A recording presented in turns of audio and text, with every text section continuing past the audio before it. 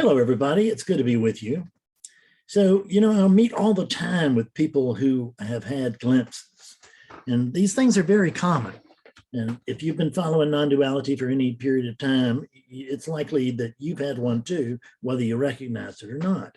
And actually, people outside of non-duality, outside of spirituality, religion altogether, still have these glimpses, but they don't realize what they are. They overcome them. They end up right back where they were, because they'll have a glimpse. They'll have no idea what it is, and it's just like, oh, well, that's just that can't be right, and going about their day. And seekers can do the exact same thing. It can be like, oh, I see. Oh, that's just, it can't be that simple. It's just ridiculous. So we overcome these things all the time. And I speak from experience because I overcame a ton of them. I really did. As I've reported, I woke up first time in 1992.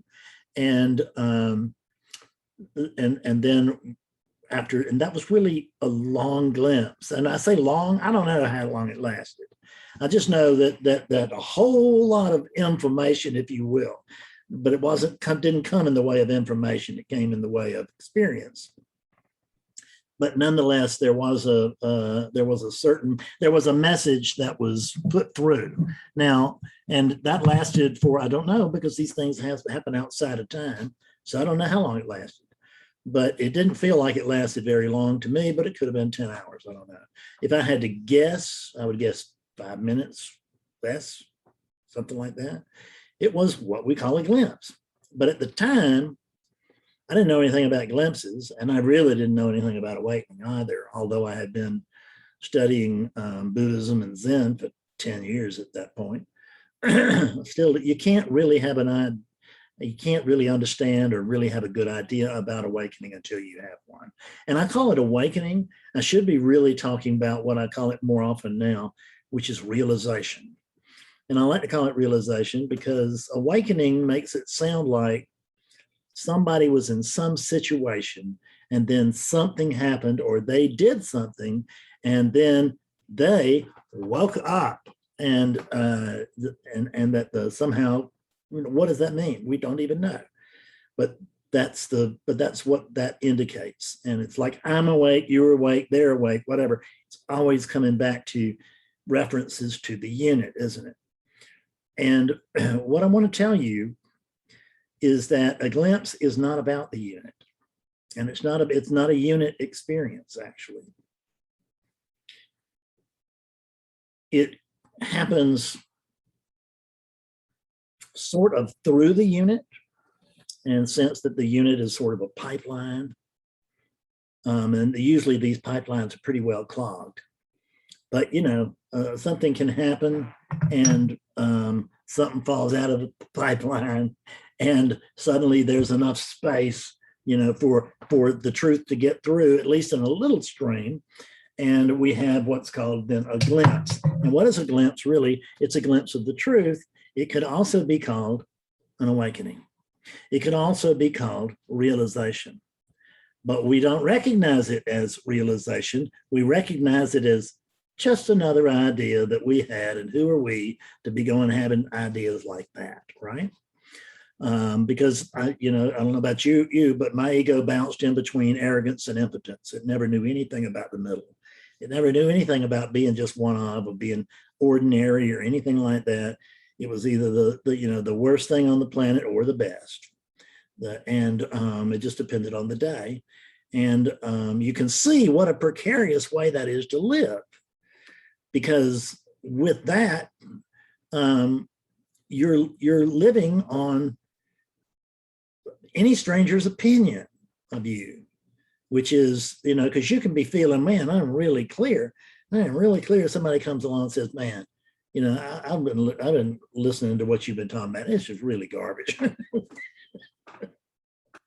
We're just, pardon my cough. And we can't stand it, right? It's when we're living By anything other than the truth, our perch is always precarious. When we are living in the truth, the perch is like on the it's on the razor's edge, as it's been described, and it is. And I remember when I was like, felt like that there was something here that was on the razor's edge. That was the feeling. That was what it felt like. And now I've come to see, after 15 years of conscious awakeness bumping through the body, so to speak, I have come to recognize that, yes, I am on the razor's edge. But the razor's edge now, the difference between now and 15 years ago, is that the razor's edge is about a block wide now. So I can't hardly fall off of it, right? I've almost got to try to fall off. And I can't imagine ever wanting to do that. So, and what we talk about, and I did the same thing. Oh God, I saw the truth. I had it. Oh, it was marvelous. God, it was wonderful. And then I did something stupid, I guess. I don't know what I did, but I dropped. It went away. It went away. I lost it. I lost it. I had this very special thing, and then I lost it. That'll be the way that we talk to ourselves, right? But is that true? Because I spend a lot of time waking people up. If you haven't watched any of my latest videos, you must, because you will see people waking up all along the way. And at the sometime after this video is published, I'm going to publish another one. And it's going to be 47 minutes long, and it's going to be just of one, or 45 minutes long. It's going to be just of one woman's awakening live before your eyes. So it's the most beautiful awakening I think that I have ever witnessed. And I would strongly recommend that you view that. I had a guy that I've been working with, quick story. I had a guy tell me today, he lives in Los Angeles, and he's been working with me for years. And he's woken up 2 or 3 times, and he's always gone right back to sleep. This time he started our conversation off by saying, you know, I had an aha moment the other day. And I said, oh, you did? And he said, yeah. And I said, well, tell me about that. And well, what happened was he did have an aha moment. It was a big aha moment. He had an awakening again, and so to speak. And this time there was duration, because he could tell me. He knew. I mean, he could see what he was seeing, what he had seen. He knew what he'd seen, and he was telling me that. And just so you know, the mind cannot hold awakeness. It can't. It cannot hold an awakening, because you got 3 pounds of finity trying to hold infinity, and I'm sorry, but that math just doesn't work.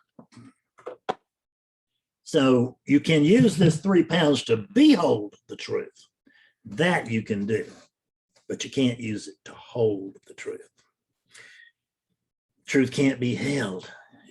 There's nothing other than the truth to hold it. Ooh, what does that mean? Just think about it. The truth cannot be held because there's nothing other than the truth to hold it. Yeah. You cannot see the truth from afar, because when the truth is known, there's no such thing as afar. There's only here. There's only now. You've heard that before. You've heard it till it makes you sick. But it's nonetheless true. And if you will just wake up, you'll see the truth of it. Now, I'm going to offer you the opportunity for those of you who have glimpsed, at least. This really will not be very effective for those who have not had a glimpse. But if you have had a glimpse, you want to stay tuned here very closely, because I'm going to give you people the opportunity to wake up freshly right now while I'm doing this video. And I know that this works because I have woken up tons of people with it.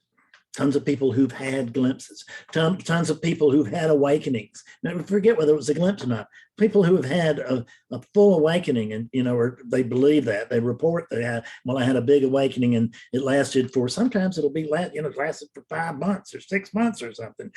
And then it went away. Oh my God. Everything was great. I could see this, that, and the other.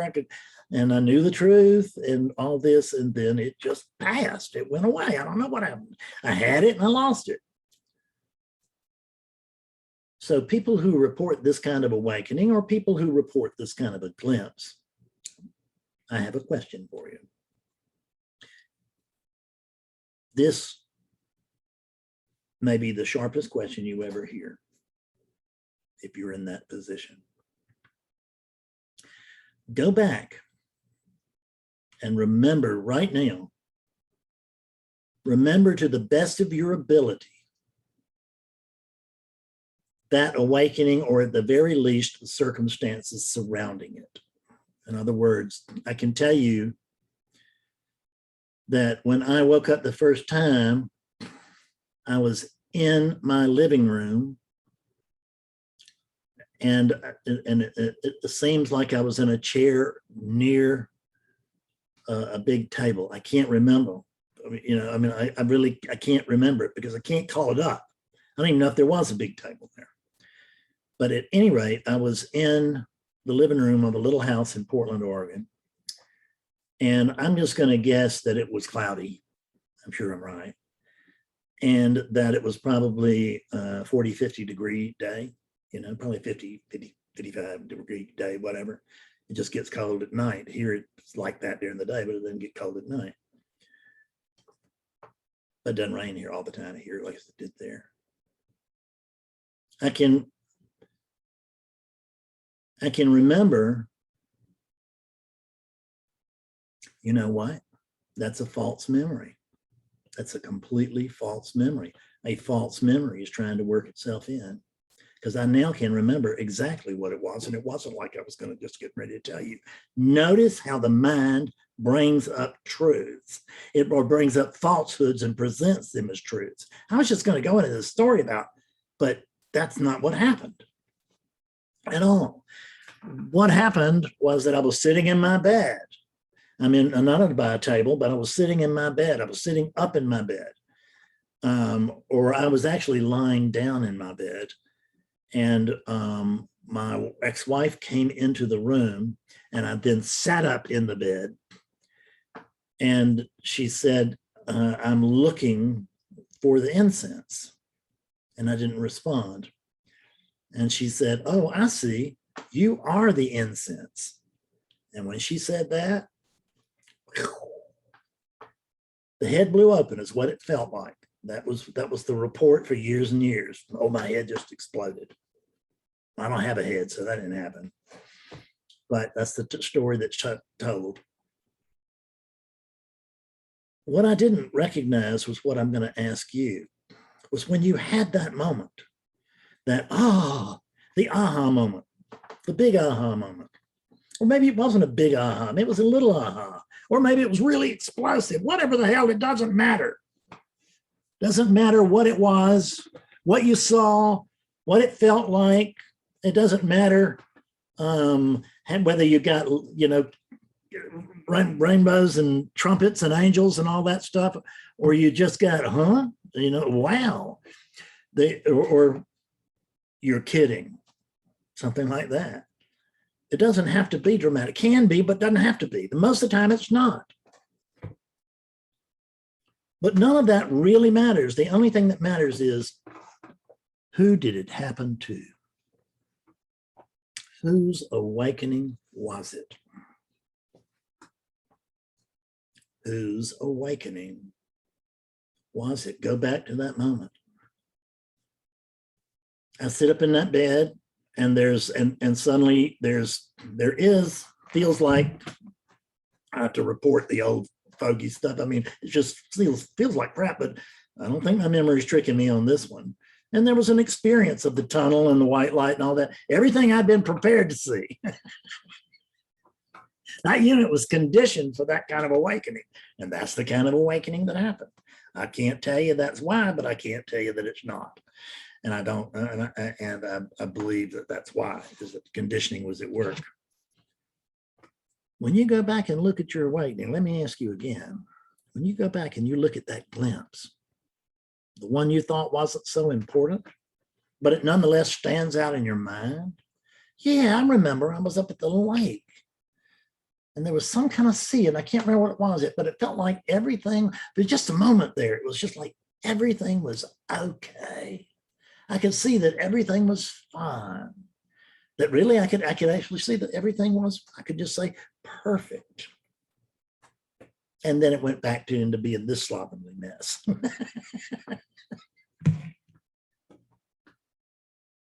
God Almighty, the mind and what it does for us. The gift is the blessing is the curse, isn't it? And the curse is the blessing. Whose awakening was it? What I can get almost everybody to tell me, I can see them snap right there, or I can have them watch it slowly dawning on them and have them say this: well, it wasn't Fred. It wasn't Bill. It wasn't Alice. Damn. Okay. If there wasn't a Bill that woke up, if it wasn't Bill's awakening, then is there something here right now that can feel the resonance of that awakening? Yes. And whatever it is that's here with me right now that's feeling the resonance of that awakening or that realization can't be a Fred, because what was your real take-home seeing? Many times people will tell me, well, there is no Fred. Now that can be told from the bubble of self-reflection, or it can be told as an awakened being, and they mean completely different things. And you can't know when you say it, which it is, unless you have some experience with awakening, or, living as awakeness would be a better way to put it. You who have glimpsed, here's a freaky thing for you. You've had your awakening.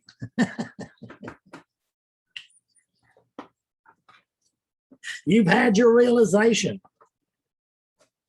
Get over trying to bring that experience back for the ego, because what you've just noticed for yourself, when I ask that question, many of you, some of you won't, but many of you will have noticed, well, it wasn't Bob. It wasn't me. It wasn't me that had that.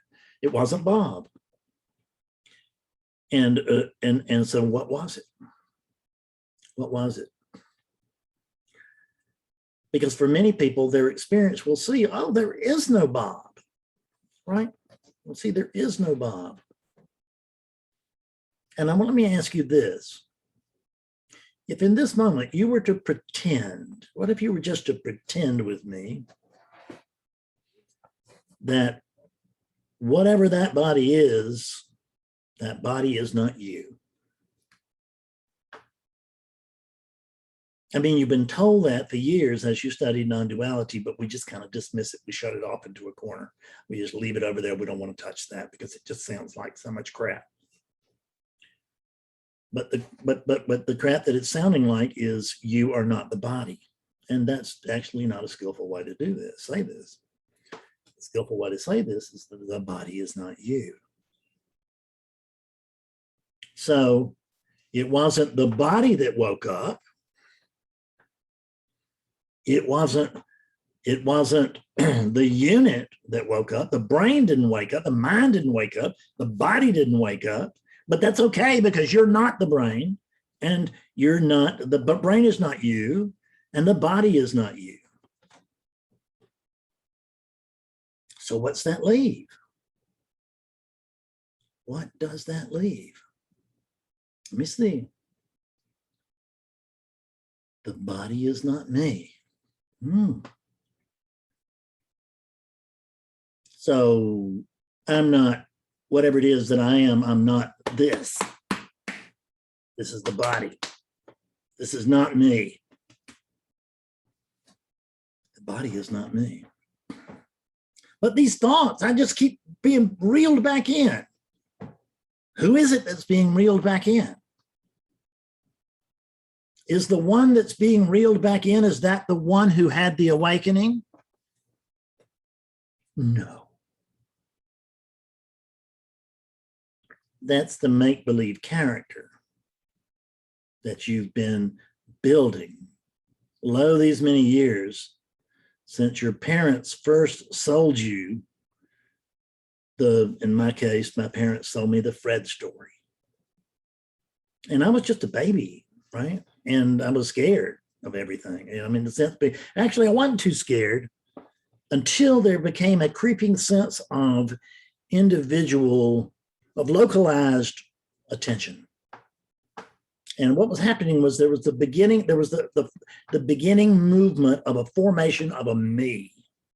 And when my parents came along, they said, well, you're Fred. They did it by comparison. Now there's no comparison to you, but they did this by comparison. Fred, mommy, Fred, daddy, Fred, room, Fred's room. Blah, blah, blah, blah, blah, blah, blah. See, but what if that wasn't true? Because they're telling you that this body is a Fred. We've just noticed that we've been told from different teachers throughout millennia that the body is not you. So what if we were to pretend to believe that? You don't even really have to take it home, just pretend to believe it. So I'm going to pretend to believe that this body is not me.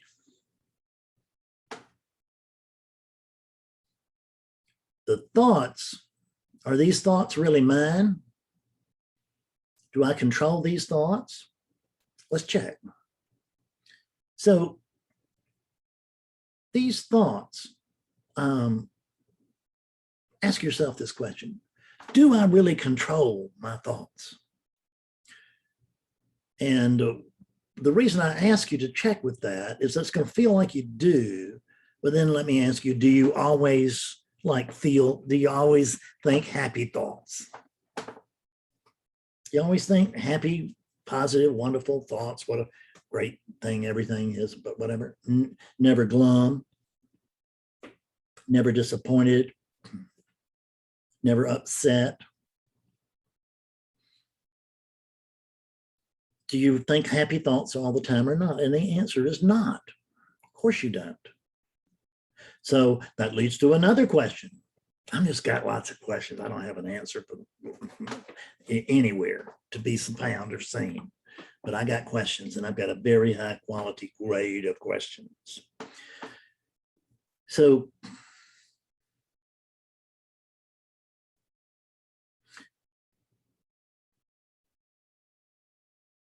what is it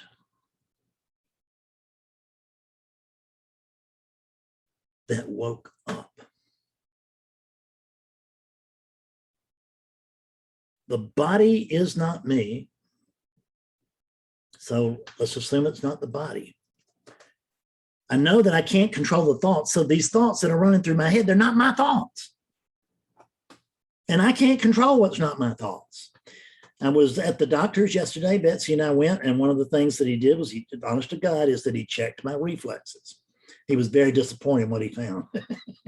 I have neuropathy, and it was just found out that he couldn't get responses out of me for nothing. But he could feel them with his hand. The leg wouldn't jump, but he could feel a little muscle moving in there. So he said, oh yeah, there's reflex there. But it's not much. I think, and I don't reflex for the world the same way I used to either. It just doesn't bother me like it used to. So it wasn't the body. It was the mind. But it feels like it was me. What in the hell am I? I'm not the body. I'm not the mind. Can I find anything here other than the body and the mind? Am I this stuff? This stuff might be me, but I don't think I'm this stuff. I think I'm, like what I can find really, is it just an aliveness here, right? There just seems to be sort of an aliveness here. Don't you find that? And it's not really contingent upon certain thoughts or certain bodily positions or anything like that. I just noticed that there's an aliveness here. And now that I'm noticing this aliveness, the next thing I notice is that I have not noticed this aliveness for the bulk of my life. Matter of fact, I don't think I've ever noticed this present sense of presence ever. I've never had my attention on it. Now, what is it that I've not ever had my attention on? Attention. Attention pays attention to everything else, doesn't it? But it doesn't pay attention to itself. Who had the awakening? Nobody. Nobody had the awakening because there's no point in an awakening. Hell, you're not asleep. There's this aliveness. It's noticed or unnoticed.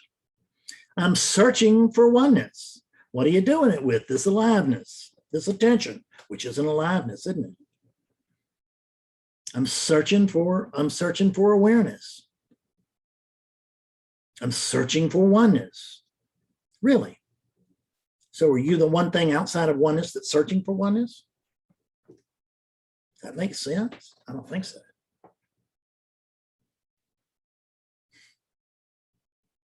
What am I? First time I ever asked that question, I got it right, because the answer that came back to me was, I don't know. Isn't that something like what you came back with? And if you were like me, the first thing you believed was, that ain't the right answer. I don't know, and I'm supposed to. I'm just sure that I am. How do you know that? How do you know that? Well, I just made it up and I've decided to believe it. Doesn't matter if I suffer or not, I'm still going to believe it.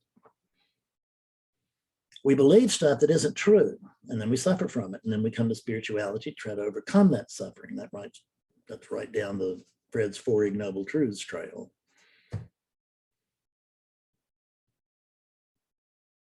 Ego wants you to have a rerun of the awakening, but what you have to understand is that ego wasn't there for the first one.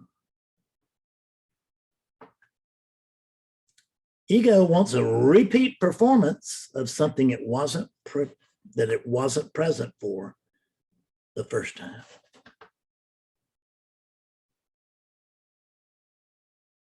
It's not ego that wakes up. It's you. Only you're not who you've been thinking you are. You've been thinking that you are this body. Don't lie to me, I know. And I've been thinking, that these thoughts are mine, even though I can't identify what mine means. This aliveness, it certainly feels to me like it is. But I have to tell you, I don't have the slightest idea what it is. Because aliveness is just a code word to kind of try to get some point, but I certainly can't describe what it is. I can't describe. I'm so lost, I don't even know what can't describe what I can't describe. That's the level of ignorance that I'm at. And most people, when they come to me, they're very smart. They're big brains, just like this one's got a big brain. You got a big brain. I know if you're watching this far into this video, you got a big brain too. God forbid. Because that big brain is going to take a simple answer and turn it into a thesis. Whew.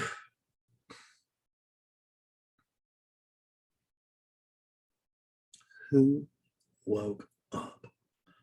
What woke up? Whose experience was it?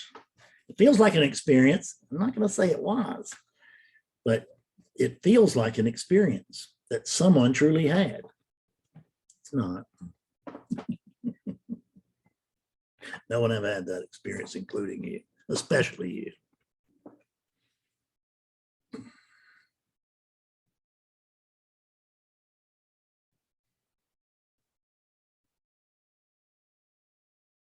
I love being able to come here and talk to you like this. I wish I could do it more often. I stay very busy. You know, I'm working on the website. I'm doing these videos. I'm talking to clients. You know, I'm running the business end of things. What little bit Betsy doesn't run on the business end of things. So I don't get to spend enough time with you here. It's the way it feels. But I notice I spend exactly the right amount of time with you, but it doesn't feel like that. It feels like I don't get to spend enough time here doing this. And this is the only job that's worth my doing. But I have to have a lot of support, background support, in order for that to happen. I've got a tech. Betsy's got a virtual assistant. We got other people, clients that help us and do things. And you're helping us right now by watching this. You can help us more by looking down to your lower right and click that subscribe button down there. And then you'll see a little bell, and click on the bell, and then you will get every video. And then look down, and you can see where you can like or put a thumbs down on this thing. Put a thumbs up. That'll raise our distribution with YouTube. And it counts. Doesn't matter, but it does count. You can't dismiss relativity. Like, so you can, but you do so at your own peril. Relativity is a hoot. Maya is not our enemy, I tell you that. With full confidence. I love you, and I love spending time with you. Thanks so much for being with me today. I'll see you later. Bye-bye.